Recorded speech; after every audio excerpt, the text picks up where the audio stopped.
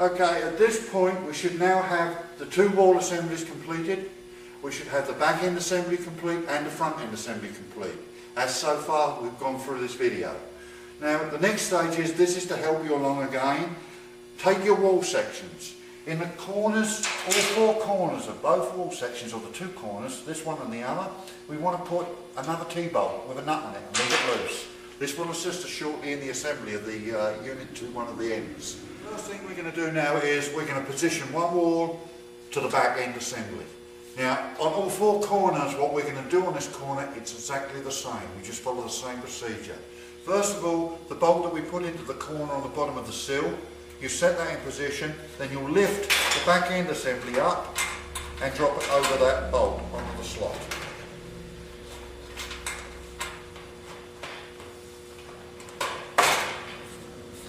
And it should just sit straight in there, like that.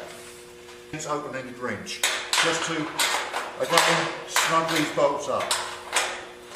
Because they're so tight in proximity, it's easier to do it that way. Now that one is positioned. Now we move to the back corner we're going to assemble in now to the wall. Now I've removed the bolt from the wall that retained the cross brace into position, and we're going to slot it in. Also you'll note that I have removed the cross brace for ease of assembly. So we just take the gutter section, slide it into the corner. On the top one, top bolt that we've got in the top slot, we just drop it down into position, lock it up. And now with the bottom bolt, we're going to need to remove the nut, slide the screw up and put the brace over the top of the screw, then replace the nut. Now with the nuts on both, we're secure and solid. Now I'm going to go ahead and replace the cross brace. Now as you can see, we've reinstalled the cross brace, everything's neatly into the corner, it's all nice and tight.